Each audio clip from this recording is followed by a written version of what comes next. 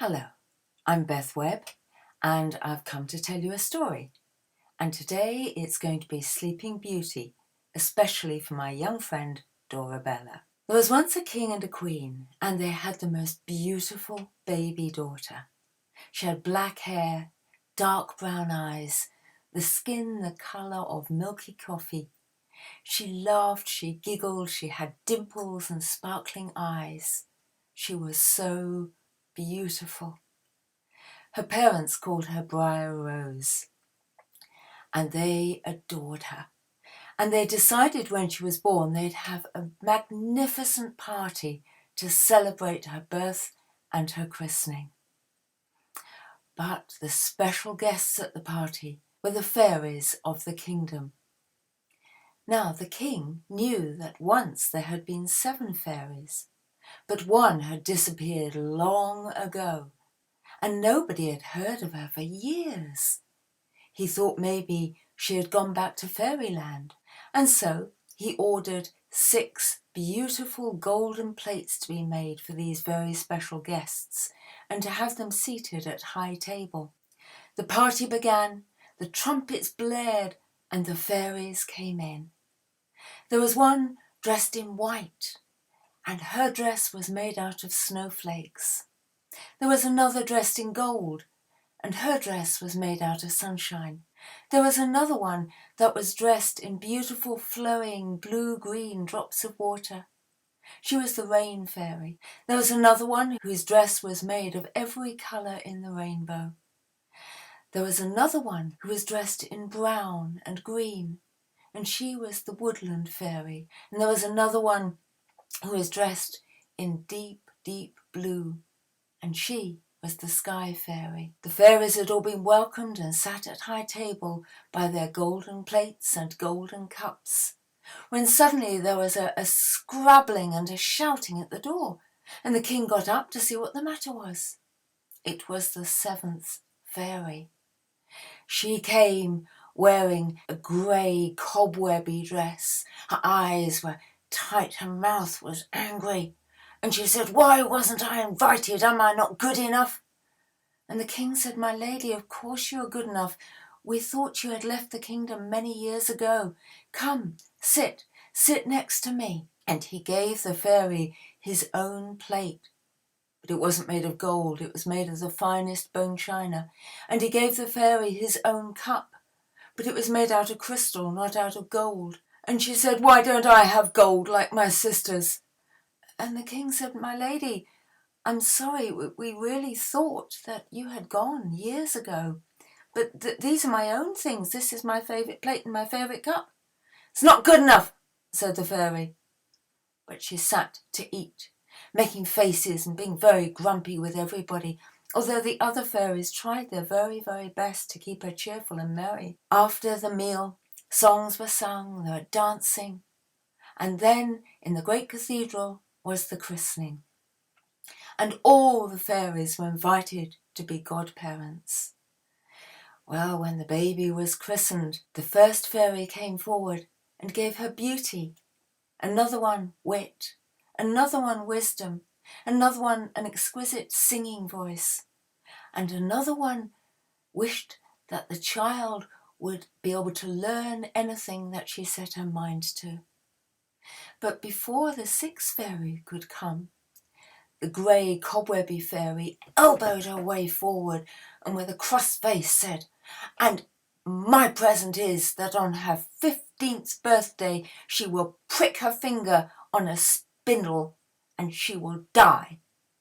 And the grey fairy spat and stalked out, leaving everybody absolutely gobsmacked, eyes wide, mouths open. But then the 7th fairy came up, the one dressed in sky blue, and she said, "I can't undo my sister's spell, for the cobweb fairy is very powerful indeed, but I will change it. She won't die, she will simply sleep for 100 years.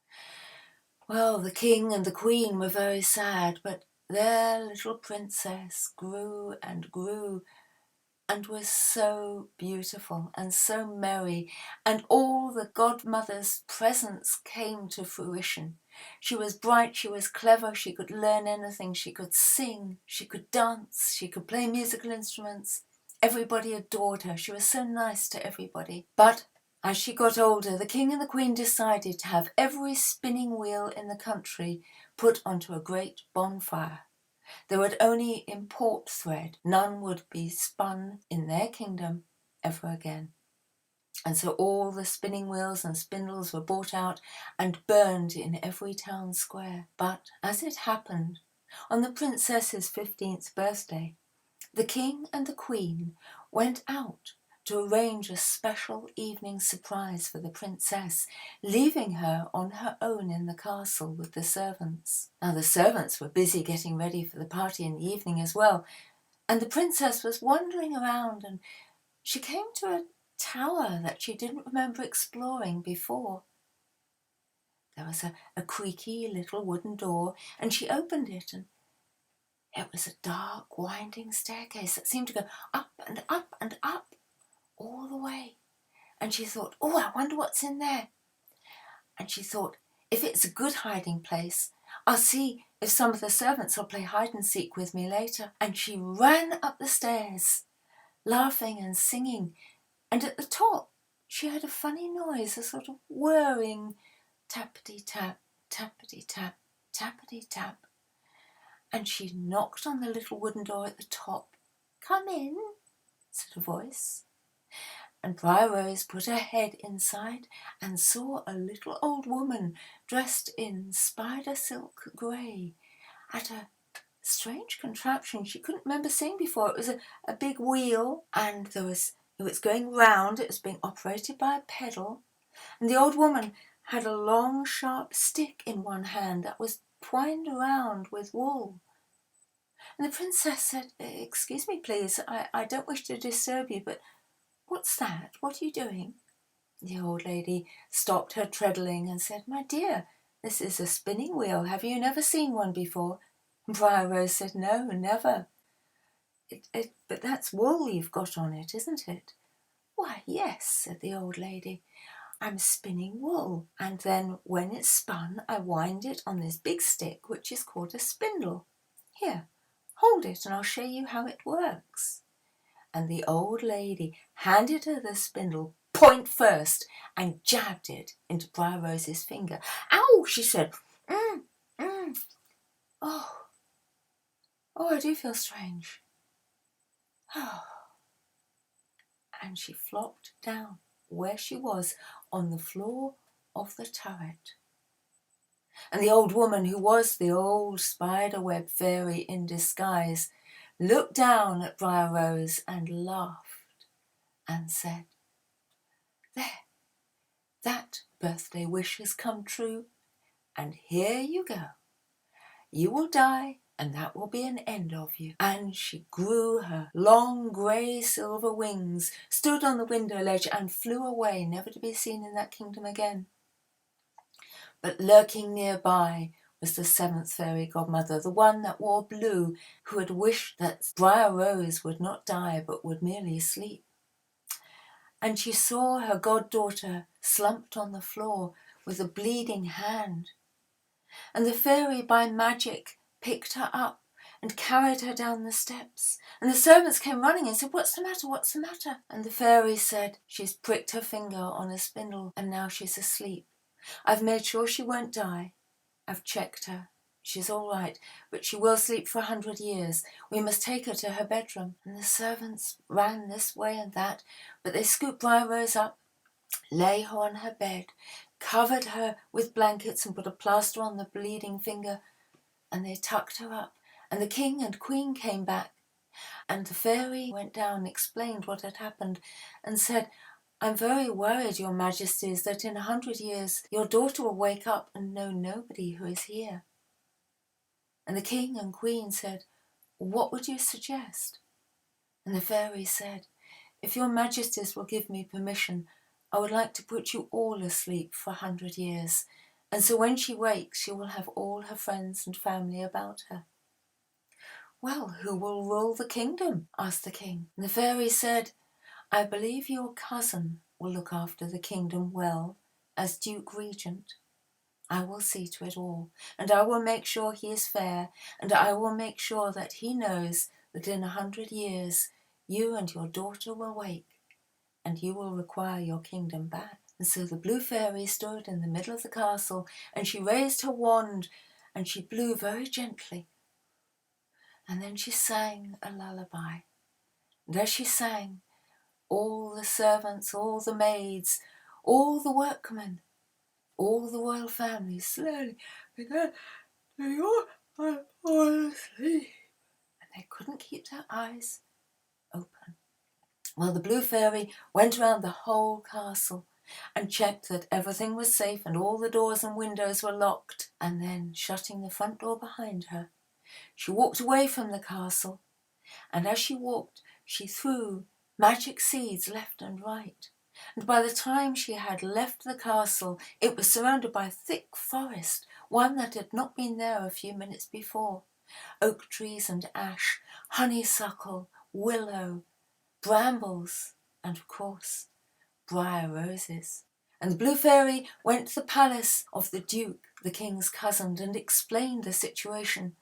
And the Duke said, I will gladly care for my cousin's kingdom, and I swear I will give it back to him in 100 years' time, and my descendants will honour that too. And so they did look after the kingdom, and the story went about that the princess was asleep. How will she waken? They asked, and stories flew this way and that. But the blue fairy had her little secret, for she knew in 100 years' time the Duke's great-great-grandson would be a handsome young prince, and he would make an excellent king, as Briar Rose would make an excellent queen. And so she whispered into ears of storytellers and songmakers to tell the tale that in 100 years, if a prince was brave enough to go through the wood, he would come to the palace and he would find the princess asleep. And if he sat by her and courteously kissed her hand, then she would wake, and they would talk, and they would fall in love. And so the story went down from grandparents to children to grandchildren to great-grandchildren and great-great-grandchildren. And they all knew the story about Briar Rose in that old tumble-down castle behind that great forest on the hill. But nobody believed it. It was a story, it was a song, it was a dream. But one day, a young prince, the descendant of that very same duke, began to wonder if there was any truth in the tale that there was a tumble-down castle behind that wood. Well, the prince loved a good story, he loved a good song, and, well, it was a lovely day for a ride, and why shouldn't he go into the wood and see what he could see? So he went with a couple of friends and a couple of servants, one with a good sharp axe with him, and they rode to the forest. And there they dismounted and tied up their horses so they were safe. And the woodsman with the axe lifted the axe, but as the prince approached the wood, instead of having to cut it down, suddenly the trees pulled apart, and a whole path opened up. A wide path with wild flowers and trees overhanging and birds singing and the sun filtering through the green leaves. And briar roses bloomed all the way along that path. It was beautiful. Ah, thought the prince, perhaps there's something in this story after all, but he still only half believed it. Until he came to a clearing, only a little clearing, because not far away there was a great castle wall. And in that castle wall was a big old oak door. And as the prince went up to the door, he was about to knock, and the door creaked open all of its own. And the prince thought, this is very strange, and he said to his friends, forgive me, but do you mind if I go on my own? I'm just intrigued. His friends didn't mind. They were happy sitting under the trees, and the prince walked into the castle all on his own. And as he walked through the great hall, he saw servants asleep over their brooms and buckets. Everything was thick with dust. And he walked up an old creaking staircase, until he came to a first floor.